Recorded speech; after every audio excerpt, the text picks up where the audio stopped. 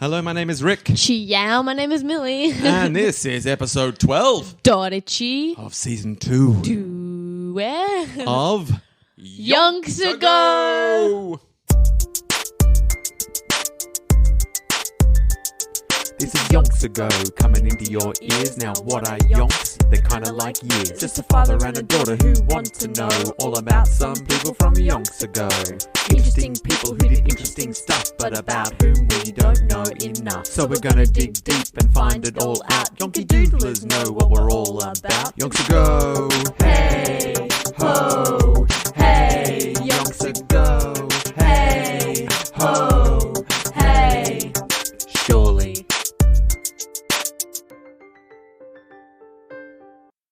Episode 12 is here.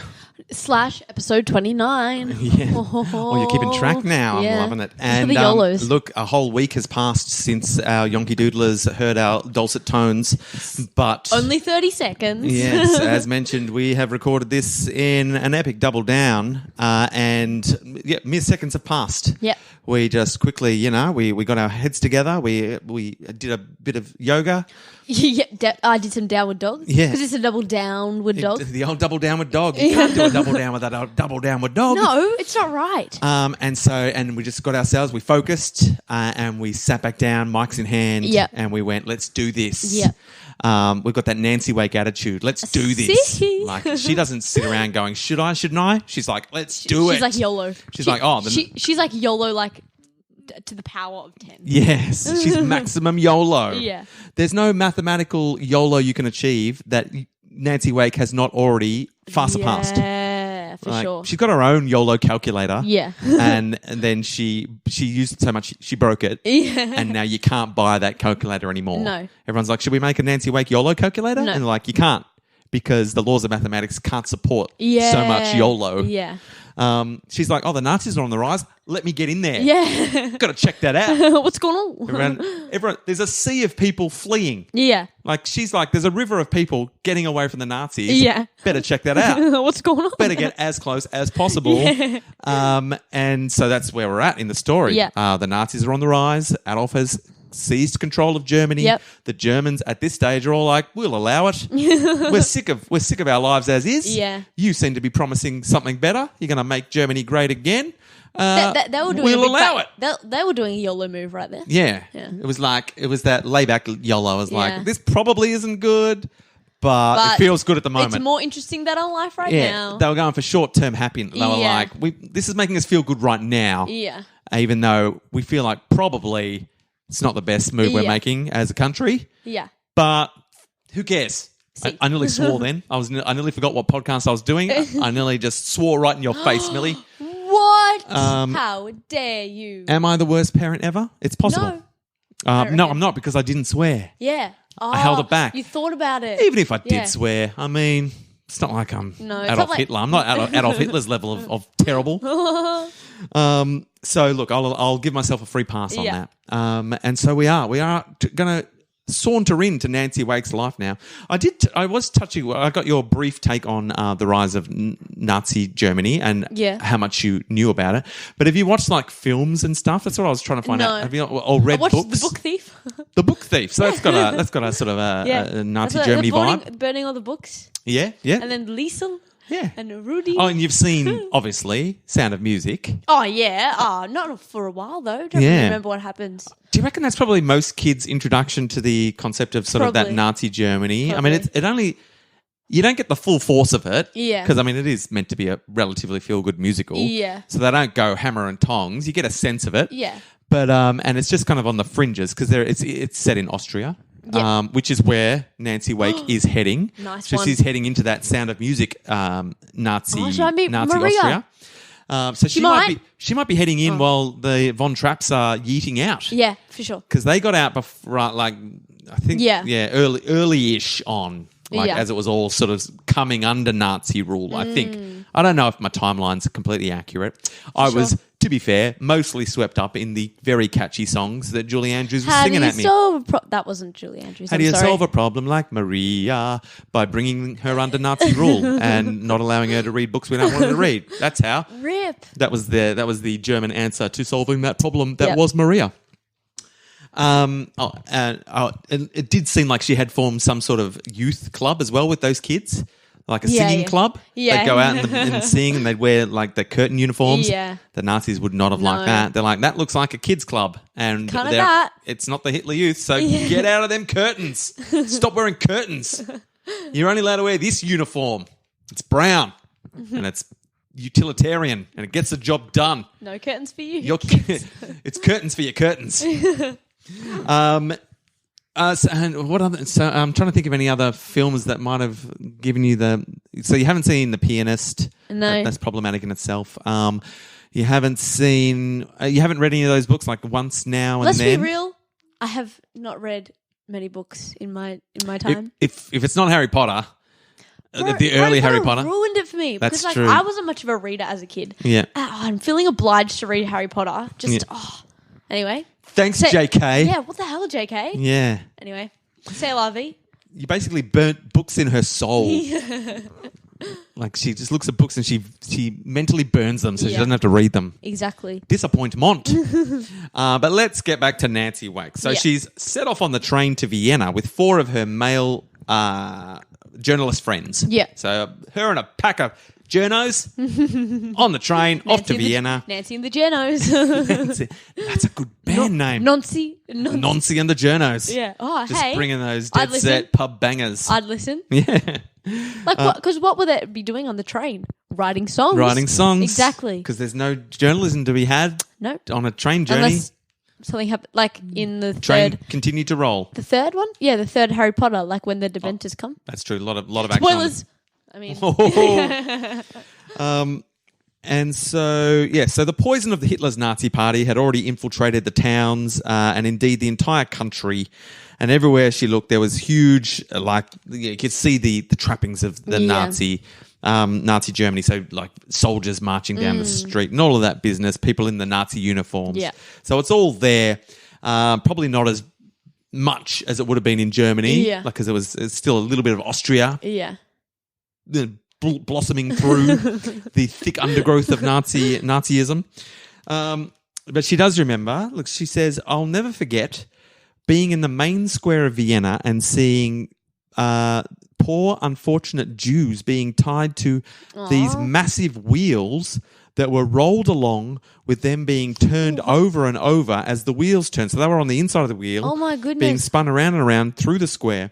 And as they went, these huge, fat, brown shirts, that's the soldiers, were beating them with whips. What the hell? This is just happening in the main square. This is like the afternoon's entertainment, is they strap some of the Jewish people to wheels, got them all dizzy and whipped them. What the hell? Nancy was horrified and outraged in fairly equal measure, as she would be. Yeah. Nancy's not having it. No. And though it was perhaps, it was probably the outrage that was more the emotion that she had. Yeah. She was a little bit horrified, but mostly like, you're making me angry. What is going on here? You are making Nancy dare you? angry. What's with this wheel whipping? That ain't a sport. No. And she's like, you know what would be a good sport? Roller derby. Yeah. She was probably thinking about it even then. I reckon. She was like, you know what's better than one big wheel? 8 little wheels, 4 on each feet. Yeah. Yeah. And so she's looking at this, and right there and then, she says, she made up her mind that if ever she got the chance, she would do everything in her power to hurt them, to damage the Nazis and everything they stood for. So she's there in the square. Other people are looking at going, oh, this is a fine bit of wheel sport. Yeah. Wheel whipping in the town square. And Nancy's fuming. She's like, I vow right here, right now, as the lead singer of Nancy and the Journos, that I will not rest until I have... Nazi, more like Notsy. Nancy, Nazi. They are very similar words. Maybe she was angry. She's like, you're stealing my name. Yeah. Nancy, Nazi. There's a lot of very similar sounds. Conspiracy theory. Nazi Wake. Oh. She's not liking that. No. And so Nancy's like, if there's anything I can do to stick it to the Nazis, Nancy Wake is going to do it. Yeah. And this was not a vow made lightly. It was often something she thought back upon in years to come, that moment in the square where she vowed. Yeah. She thought of this often. So perhaps she would have been smarter not to do a bit of wheel whipping in the square in front of Nancy Wake. Yep. Because she's gonna start raising havoc. This is exciting. Yeah. Come on, Nancy Wake. And so they had witnessed so this was not an unusual thing that they went. So yes, she saw this. She was like, that is disgusting. Yeah. But as she was in Vienna, she was also seeing a lot of very similarly, like, I see where this is heading. She's like, oh, people no. are not behaving as you would hope people would behave. Yeah. And I'm not liking it. And so Nancy and her journalistic colleagues were looking at this and they're thinking, how are these people, why are these people acting like this? Yeah. They're like, this is not normal. No. They're having a chat amongst themselves. They're like, word amongst ourselves, is this normal? Wheel whipping in the town square? And they're like, I don't think this is normal at all, Nancy Wake. No. And they're like, well, how do people get to this point where they think wheel whipping in the town square is a normal activity? And Nancy's like, I got to find out. Yeah. I need to know how this, why is this happening? Yeah. She's like, Austria is not enough to answer my questions. I'm going to Berlin. Oh, she's going She's like, Berlin to Berlin. She's not going Berlout. No. She's all in for Berlin. She's like, who's with me? She's like, Vienna, this is just the outskirts of what the Nazis are up to. This is just like the very fringes. What did you say? On the mountain? The iceberg? The tip of the iceberg. Yeah, that one. She's like, this is tip of the iceberg. What's going on below sea level? Yeah. I need to go duck my head underwater. I'm heading to Berlin. Let's check it out. And everyone's like, Nancy, are you sure?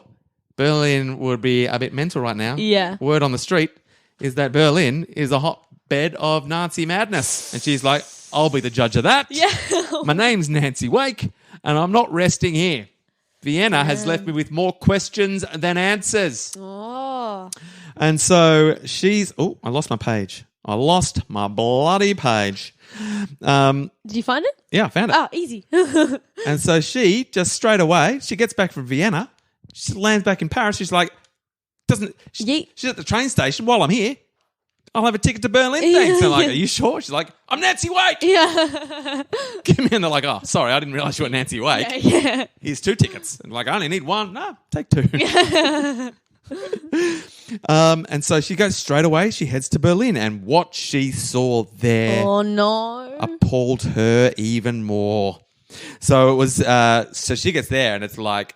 It's the full experience. Yeah. There's swastikas everywhere. You know what the swastika is? That Nazi symbol, the twisted cross. Yeah. And the sad thing about that is I think that used to be a symbol for like something else, like a more peaceful symbol. Like peace, yeah. Like a Buddhist or something. I feel like there's the swastika in other areas of historically. Yeah. And they meant it as like a good thing.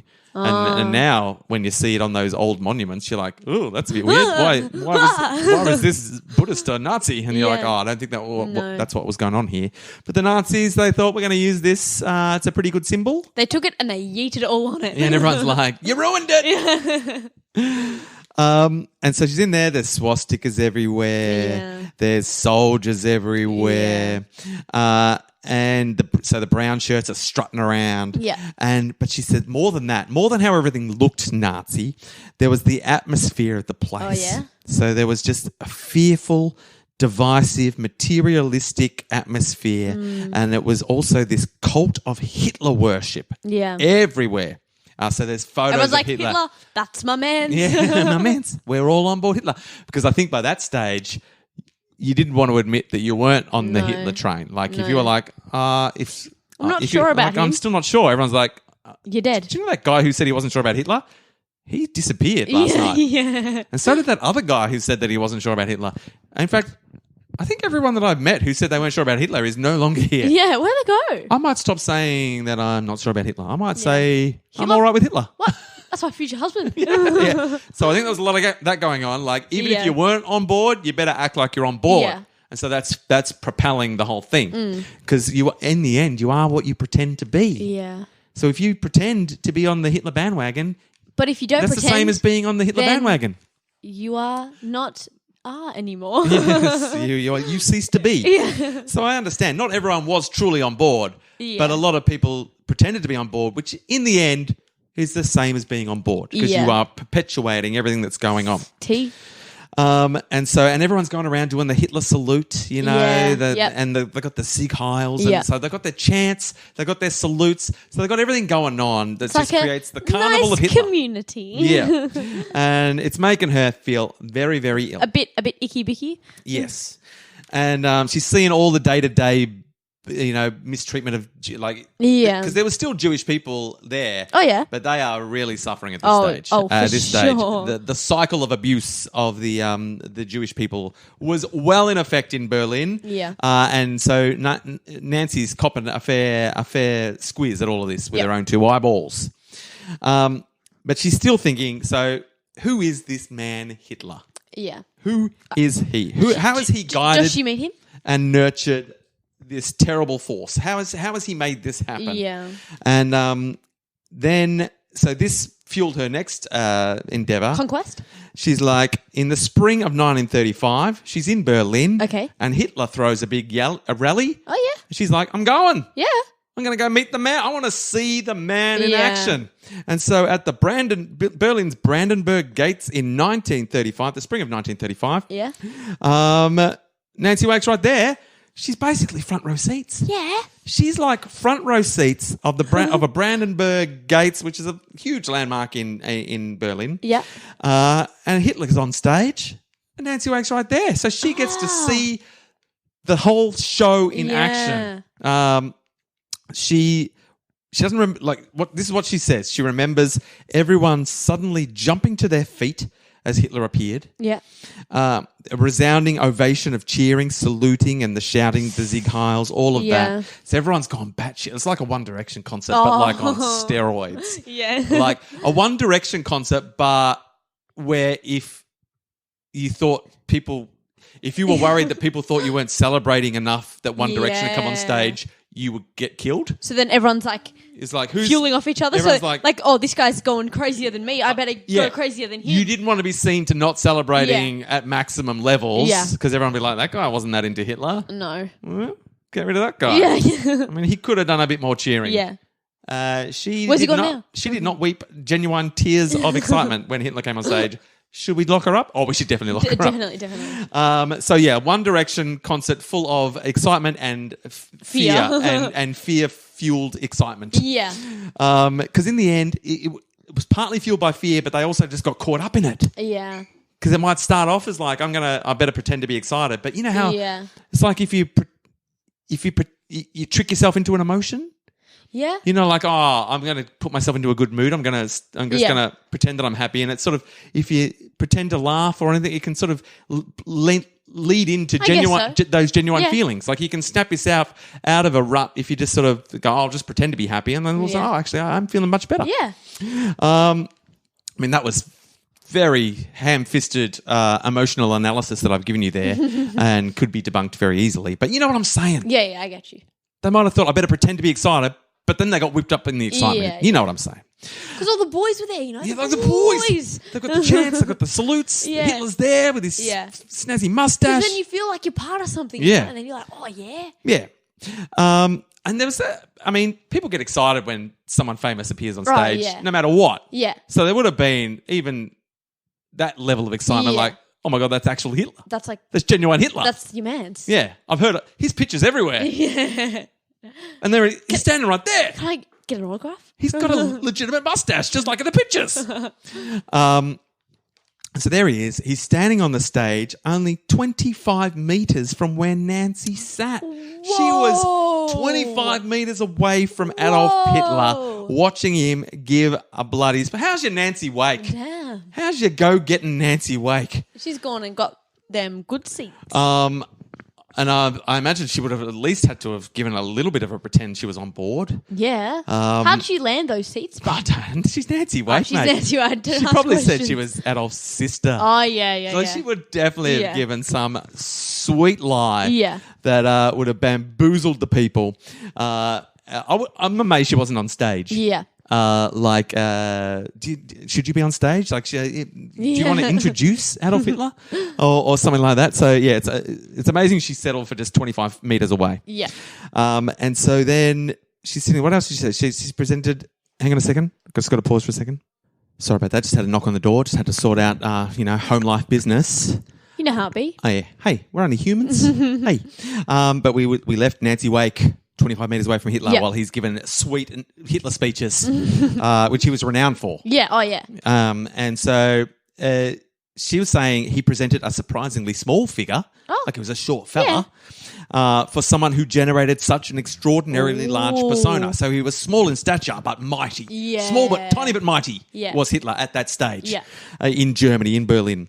And so he generated this large persona, and he also generated unequaled levels of loyalty and evil. Ooh. And just what he was saying, Nancy had no idea. So her German was not as she'd only just got the handle of French. She picked up a few words. She could tell when he was. Is his speeches fully in German? Yeah. Oh. As if he's not going to just speak German. Well, I don't know because I like, how does Nancy understand then? She doesn't. That's what she's saying. She doesn't really know what he's saying. She's just listening to the. She's just. But she did see the effect. The effect of his speech was clear. Everyone around her, Nancy remembers, was completely mesmerised. There you go. Their eyes glazing over and their breathing seeming to stop. Whoa. The longer he spoke, the more the overall effect was simply hypnotic. He was shouting, his little mustache quivering, his hands punching the air. So he's doing all the classic. Yeah. He was just a very skilled public speaker, and he used that to great effect. Yeah. With the whole atmosphere that was created of fear and the cult. Yeah. And then he was such a he knew all the tricks of public speaking to create that hypnotic thing and to use volume and hand gestures, all of that. So it just perpetuated the myth around Hitler. Yeah. Like, it didn't necessarily even matter what he was saying. She couldn't even understand what he was saying, but she could see what was going on. She's like, I see what's going on. Yeah. You are just nailing this whole public speaking thing. Everyone's loving you. They're loving you sick. And so she's... Hang on a sec. Lost my spot for a sec. I'm back. And so when he finally finished, because he'd go on for a bit. Yeah. He'd go on for a ramble. He'd like to put on a show. Yeah. I'm like, this could be, one of the few times all these people get to see the man, the mustache, the myth. So he's like, I better put on a show. It's like if you went and saw a band and they only did like 2 songs. Oh, you'd be like, aw. What? Oh, they don't come around that often. Yeah. Aw. So he's like, I better play all my hits. Yeah.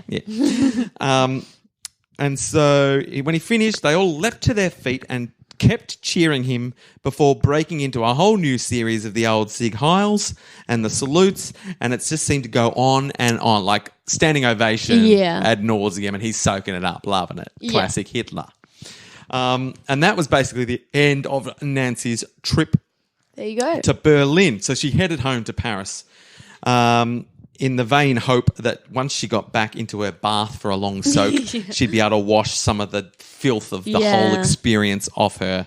But she knew that the images she had seen in Vienna and in Berlin would never leave her. Too extreme. Yeah. So she's thrown herself right into the fire. Yeah, she YOLO'd herself. She's not relying on other people's experience. She's like, you say the Nazis are bad? I'm going to check it out. Yeah. I'm going to get right up. Hitler's a bit of a force to be reckoned with. Let me see. Yeah. Like right up close. Yeah. She's like, yes, everything you're saying is correct. We've got trouble on our hands. Yeah. And let it never be forgotten that I have already vowed that if I can cause trouble for the Nazis... I bloody well will. I bloody well will. And I'll tell them Nancy Wake done it. If you want to know who's causing trouble... Nonce. It's nonce. So that's the end of her pilgrimages to Vienna and to Germany, and that brings us right to the precipice of war. Oh. We're in 1935, and any of you history buffs out there will know it is not long until the hammer falls. What time? But that is all the time we have for this this very historically Nazi-laden. It was the Nazi Nancies. Oh, it's getting heavy. Nancy and the Nazis. Nancy and the Nazis. And we've learned a lot. It's good to have that back.